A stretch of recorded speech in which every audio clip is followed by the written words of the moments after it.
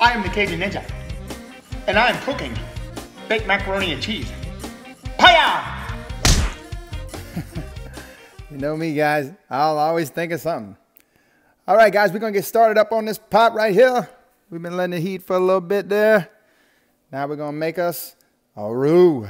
Okay, so I'm going to be making a large amount for you people who maybe like to make large amounts of macaroni for large gatherings. So to get started on the roux, I've got 2 sticks of butter, which is also 4 half sticks, and a half a cup of flour. And also off to the side here, I've got 4 cups of whole milk that I've just poured from the fridge, so that way it's not going to be as cold when I add it to the roux. All right, go ahead and drop your butter in and get that melted. And once your butter has fully melted, go ahead and add your half a cup of flour and get stirring.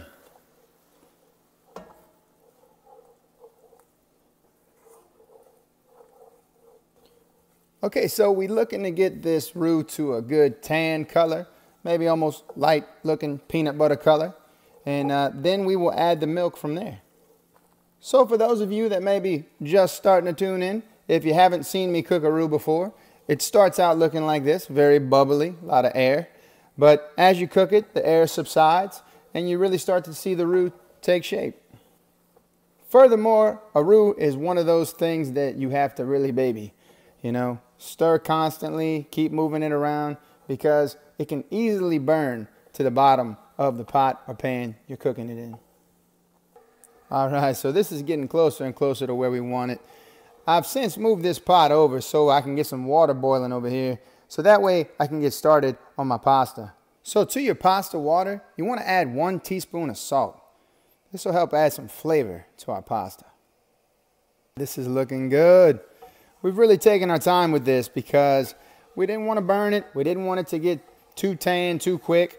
So most of the air from here has been cooked out. Looks good. At this point, we're going to go ahead and add 2 cups of our whole milk slowly into this mixture.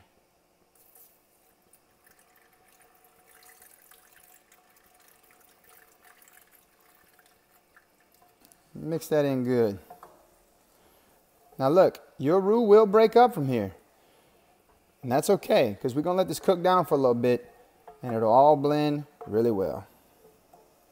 Once you've mixed those first 2 cups, go ahead and add the second 2 cups.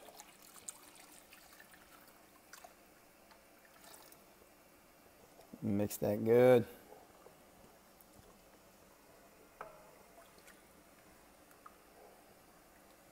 At this time, go ahead and preheat your oven at 300 degrees. All right, we want to go ahead and season this with 1 teaspoon of salt and 1 teaspoon of pepper. Now, some people might not want pepper in their macaroni and cheese, but me personally, I love the flavor of salt and pepper in just about anything. All right, so we're raising the temperature a little bit here. We want to get a little bit of a bubble going here. All right, so once you start to see a bubble slightly like that, you want to lower your fire back down to a low heat. And then give it a good stir, making sure you don't have anything sticking to the bottom there. Now go ahead and cover that. We're going to let it cook for about 30 minutes, stirring about every 5. Okay, our water is boiling. So we got 1 pound of large elbow macaroni. We're going to drop it in. And get that stirring around real good, because it can stick. Ooh. Oven's 300 degrees. So the package directions say 9 to 11 minutes. I go about 10. Nice, good, happy medium. Got to treat this macaroni like my marriage. Happy wife, happy life. All right, guys, we have drained our macaroni, and we're just going to let it sit here until the milk and flour and butter and all have cooked down for the 30-minute time limit. We're down to our last 5 minutes here. As you can see, it's got this nice, thick, creamy mixture. That is what we were looking for. Don't worry. We're going to thin it out a little bit, but this is good for now. Going to let it cook this last 5 minutes. So for our cheeses, we got 4 cups of mild cheddar cheese and 2 cups of Colby Jack. I bought the blocks of cheese and grated it myself, but you probably can buy the pre-made packs. It'll be just as good.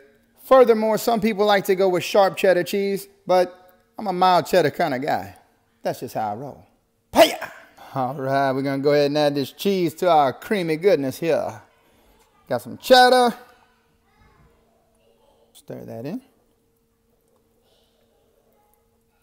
Colby Jack. Stir that in. And mo cheddar. Mo cheddar. Who doesn't want mo cheddar? And mix that good. Get it nice and melty.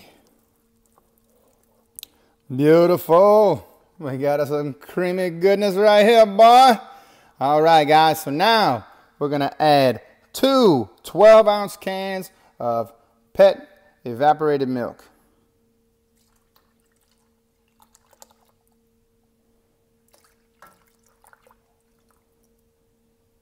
And get that mix in there good. All right, this is nice. So now we're going to go ahead and add our macaroni in. And get that stirred up in that.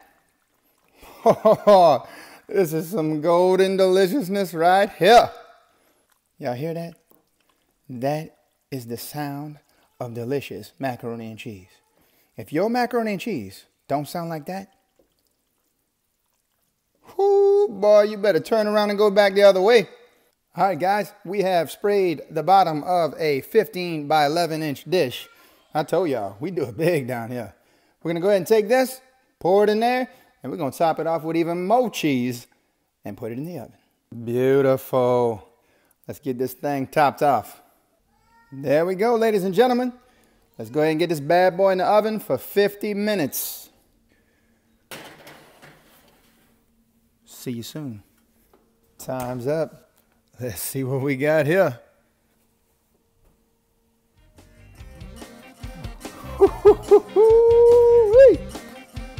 Yes, indeed.